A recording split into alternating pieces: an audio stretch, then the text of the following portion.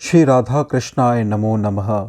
सर्वप्रथम मैं भगवान श्री राधा कृष्ण के चरण कमलों की वंदना करता हूँ।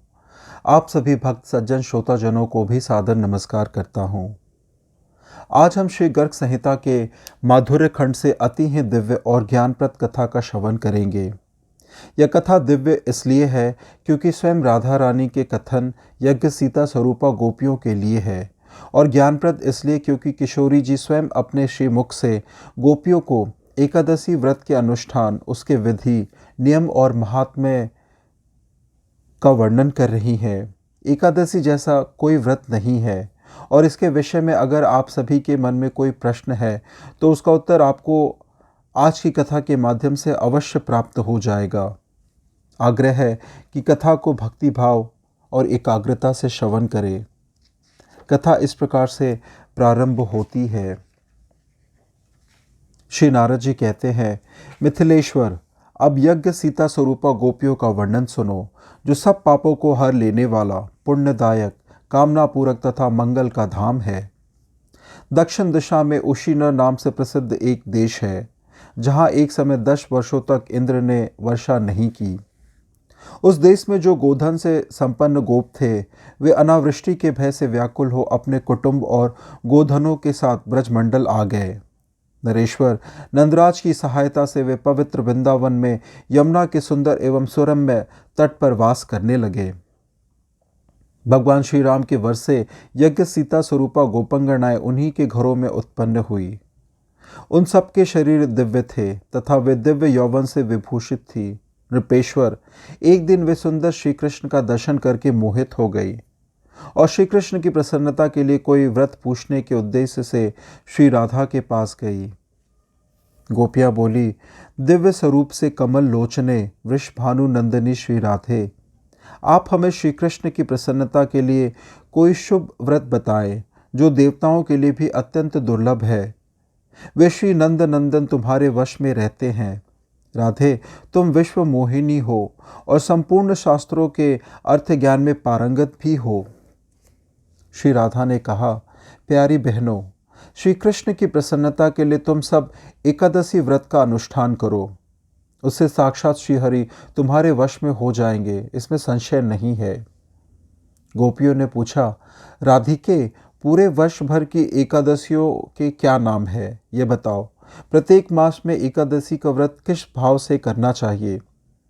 श्री राधा ने कहा, गोप कुमारियों, मार्गशीर्ष मास के कृष्ण पक्ष में भगवान विष्णु के शरीर से मुख्यतः उनके मुख से एक असुर का वध करने के लिए एकादशी की उत्पत्ति हुई। अतः वह तिथि अन्य सब तिथियों में श्रेष्ठ है। प्रत्येक मास में पृथक पृथक एकादशी होती है, वही सब व्रतों में उत्तम है। मैं तुम्हें सबों के हित की कामना से उस तिथि के 26 नाम बता रही हूँ। मार्गशीर्ष कृष्ण एकादशी से आरंभ करके कार्तिक शुक्ल एकादशी तक 24 एकादशी तिथियां होती हैं। उनके नाम क्रमश इस प्रकार से है: उत्पन्ना, मोक्षा, सफला, पुत्रदा, षटतिला, जया, विजया, आमल की, पाप मोचनी, कामदा, वरुथिनी, मोहिनी, अपरा, निर्जला, योगिनी, देवशयनी, कामिनी, पवित्रा, अज्ञा, पद्मा, इंदिरा, पापुंकुशा, रमा तथा प्रबोधिनी। 2 एकादशी तिथियां मलमास की होती हैं। उन दोनों का नाम सर्वसंपत्ति प्रदा है। इस प्रकार जो एकादशी के 26 नामों का पाठ करता है, वह भी वर्ष भर की द्वादशी एकादशी तिथियों का व्रत का फल पा लेता है। व्रजांगनाओं, अब एकादशी व्रत के नियम सुनो।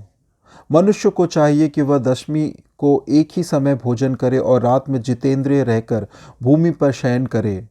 जल भी एक ही बार पिए, धुला हुआ वस्त्र पहने और तन मन से अत्यंत निर्मल रहे। फिर ब्रह्म मुहूर्त में उठकर एकादशी को श्रीहरि के चरणों में प्रणाम करे। तदंतर शौच आदि से निवृत्त हो स्नान करे। कुएं का स्नान सबसे निम्न कोटि का है, बावड़ी का स्नान मध्यम कोटि का है, तालाब और पोखरे का स्नान उत्तम श्रेणी में गिना गया है, और नदी का स्नान उससे भी उत्तम है। इस प्रकार स्नान करके व्रत करने वाला नरश्रेष्ठ क्रोध और लोभ का त्याग करके उस दिन नीच बच्चों और पाखंडी मनुष्य से बात ना करे। जो असत्यवादी, ब्राह्मण निंदक, दुराचारी, अगम्या स्त्री के साथ समागम में रत रहने वाला, पर धनहारी, पर स्त्रीगामी, दुर्वत तथा मर्यादा का भंग करने वाले हैं, उनसे भी व्रती मनुष्य बात ना करे। मंदिर में भगवान केशव का पूजन करके वहां नैवेद्य लगवाए और भक्ति युक्त चित्त से दीप दान करे। ब्राह्मणों से कथाएं सुनकर उन्हें उत्तम दक्षिणा दे। रात को जागरण करे और श्री कृष्ण संबंधी पदों का गान एवं कीर्तन करे। वैष्णव व्रत का पालन करना हो तो दशमी को कांसे का पात्र, मांस, मसूर, कोदो, चना, साग, शहद, पराया अन्न, दोबारा भोजन तथा मैथुन, इन 10 वस्तुओं को त्याग दे। जुए का खेल, निद्रा, तांबूल सेवन, दंत धावन, परनिंदा, चुगली, चोरी, हिंसा, रति, क्रोध और असत्य भाषण, एकादशी को इन 11 वस्तुओं का त्याग कर देना चाहिए। कांसे का पात्र, मांस, मद, शहद, तेल, मिथ्या भाषण, पिट्ठी, साठी का चावल और मसूर आदि का द्वादशी को सेवन ना करे। इस विधि से उत्तम एकादशी व्रत का अनुष्ठान करे। गोपियां बोली, परम बुद्धिमते श्री राधे, एकादशी व्रत का समय बताओ, उससे क्या फल होता है यह भी कहो, तथा एकादशी के महात्म्य का भी यथार्थ रूप से वर्णन करो। श्री राधा ने कहा, यदि 10वीं 55 घड़ी तक देखी जाती हो तो वह एकादशी त्याज्य है, फिर तो द्वादशी को ही उपवास करना चाहिए। यदि पल भर भी 10वीं से वेद प्राप्त हो तो वह संपूर्ण एकादशी तिथि त्याग देने योग्य है। ठीक उसी तरह जैसे मदिरा की एक बूंद भी पड़ जाए तो गंगा जल से भरा हुआ कलश त्याज्य हो जाता है। यदि एकादशी बढ़कर द्वादशी के दिन भी कुछ काल तक विद्यमान हो तो दूसरे दिन वाली एकादशी ही व्रत के योग्य है। पहली एकादशी को उस व्रत में उपवास नहीं करना चाहिए। प्रजांगनाओं, अब मैं तुम्हें इस एकादशी व्रत का फल बता रही हूँ, जिसके श्रवण मात्र से वाजपेय यज्ञ का फल मिलता है। जो 88,000 ब्राह्मणों को भोजन कराता है, उसको जिस फल की प्राप्ति होती है, उसी को एकादशी का व्रत करने वाला मनुष्य उस व्रत के पालन मात्र से पा लेता है। जो समुद्र और वनों सहित सारी वसुंधरा का दान करता है, उसे प्राप्त होने वाले पुण्य से भी 1000 गुना पुण्य एकादशी के महान व्रत का अनुष्ठान करने से सुलभ हो जाता है। जो पापंक से भरे हुए संसार सागर में डूबे हैं, उनके उद्धार के लिए एकादशी का व्रत ही सर्वोत्तम साधन है। रात्रि में जागरण पूर्वक एकादशी व्रत का पालन करने वाला मनुष्य यदि सैकड़ों पापों से युक्त हो तो भी यमराज के रौद्र रूप का दर्शन नहीं करता। जो द्वादशी को तुलसी दल से भक्ति पूर्वक श्री हरि का पूजन करता है, वह जल से कमल पत्र की भांति पाप से लिप्त नहीं होता। सहस्त्रों अश्वमेघ तथा सैकड़ों राजसूय यज्ञ भी एकादशी के उपवास की 16वीं कला के बराबर नहीं हो सकते। एकादशी का व्रत करने वाला मनुष्य मातृकुल की 10, पितृकुल की 10 तथा पत्नी के कुल की 10 पीढ़ियों का उद्धार कर देता है। जैसी शुक्ल पक्ष की एकादशी है, वैसी ही कृष्ण पक्ष की भी है। दोनों का समान फल है। दुधारू गाय जैसे सफ़ेद वैसी काली, दोनों का दूध एक सा ही होता है।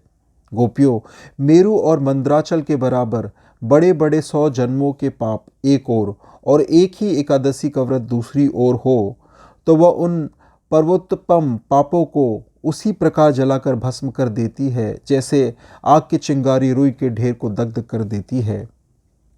गोपंगनाओं, विधि पूर्वक हो या अविधि पूर्वक यदि द्वादशी को थोड़ा सा भी दान कर दिया जाए तो वह मेरु पर्वत के समान महान हो जाता है। जो एकादशी के दिन भगवान विष्णु की कथा सुनता है, वह 7 दीपों से युक्त पृथ्वी के दान का फल पा लेता है। यदि मनुष्य शंखोदार तीर्थ में स्नान करके गदाधर देव के दर्शन का महान पुण्य संचित कर ले तो भी वह पुण्य एकादशी के उपवास की 16वीं कला की भी समानता नहीं कर सकता है। प्रभास, कुरुक्षेत्र, केदार, बद्रिकाश्रम, काशी तथा शुकर क्षेत्र में चंद्र ग्रहण, सूर्य ग्रहण तथा 4 लाख संक्रांतियों के अवसर पर मनुष्य द्वारा जो दान दिया गया हो, वह भी एकादशी के उपवास की 16वीं कला के बराबर नहीं है। गोपियों, जैसे नागों में शेष, पक्षियों में गरुड़, देवताओं में विष्णु, वर्णों में ब्राह्मण, वृक्षों में पीपल तथा पत्रों में तुलसी दल सबसे श्रेष्ठ है, उसी प्रकार व्रतों में एकादशी तिथि सर्वोत्तम है।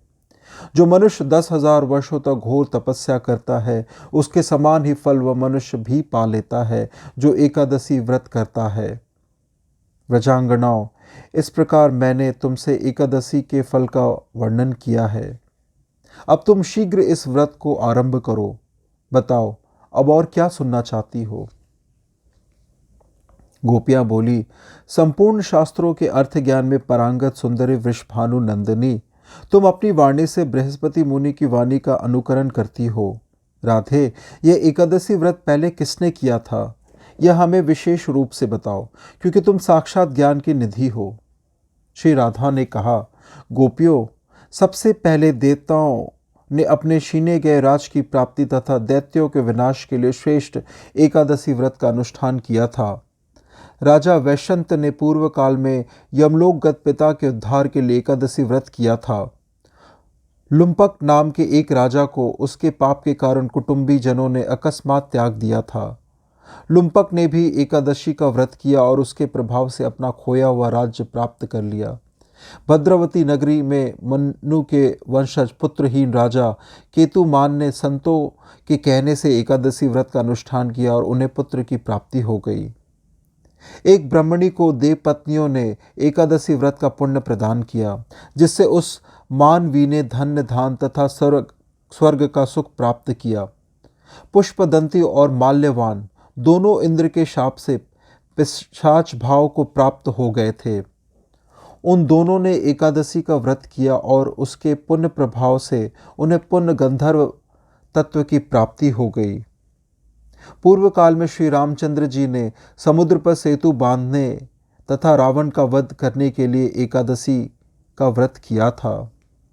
प्रलय काल के अंत में उत्पन्न हुए आंवले के वृक्ष के नीचे बैठकर देवताओं ने सबके कल्याण के लिए एकादशी का व्रत किया था। पिता की आज्ञा से मेधावी ने एकादशी का व्रत किया, जिससे वे अप्सरा के साथ संपर्क के दोष से मुक्त हो निर्मल तेज से संपन्न हो गए। ललित नामक गंधर्व अपनी पत्नी के साथ ही शापवश राक्षस हो गया था, किंतु एकादशी व्रत के अनुष्ठान से उसने पुनः गंधर्व तत्व प्राप्त कर लिया। एकादशी के व्रत से ही राजा मंधाता, सगर, कुकुस्त और महामती मुचुकुंद पुण्यलोक को प्राप्त हुए। धुंधुमार आदि अन्य बहुत से राजाओं ने भी एकादशी व्रत के प्रभाव से ही सद्गति प्राप्त की थी तथा भगवान शंकर ब्रह्मक पाल से मुक्त हुए। कुटुंबी जनों से परित्यक्त महादुष्ट वैश्य पुत्र दुष्ट बुद्धि एकादशी व्रत करके ही वैकुंठ लोक में गया था।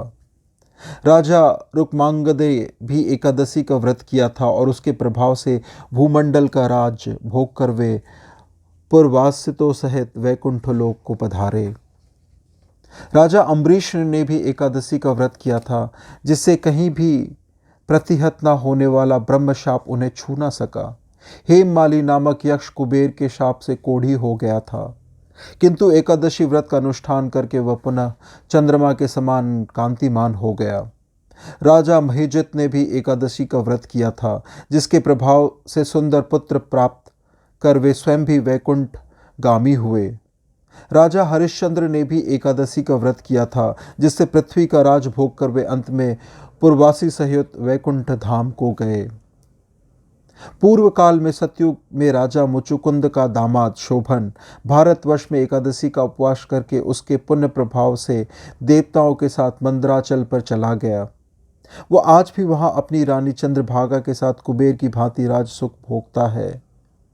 गोपियों, एकादशी को संपूर्ण तिथियों की परमेश्वरी समझो। उसकी समानता करने वाली दूसरी कोई तिथि नहीं है। श्री नारद जी कहते हैं, राजन, श्री राधा के मुख से इस प्रकार एकादशी की महिमा सुनकर यज्ञ सीता स्वरूपा गोपिकाओं ने श्री कृष्ण दर्शन की लालसा से विधि पूर्वक एकादशी व्रत का अनुष्ठान किया। एकादशी व्रत से संपन्न हुए साक्षात भगवान श्री हरि ने मार्गशीर्ष मास की पूर्णिमा की रात में उन सबके साथ रास किया। इस प्रकार से आज की यह उत्तम दिव्य कथा यही संपन्न होती है। कथा श्रवण करने के लिए और अपना बहुमूल्य समय देने के लिए आपको धन्यवाद। श्री राधा कृष्णाय नमो नमः।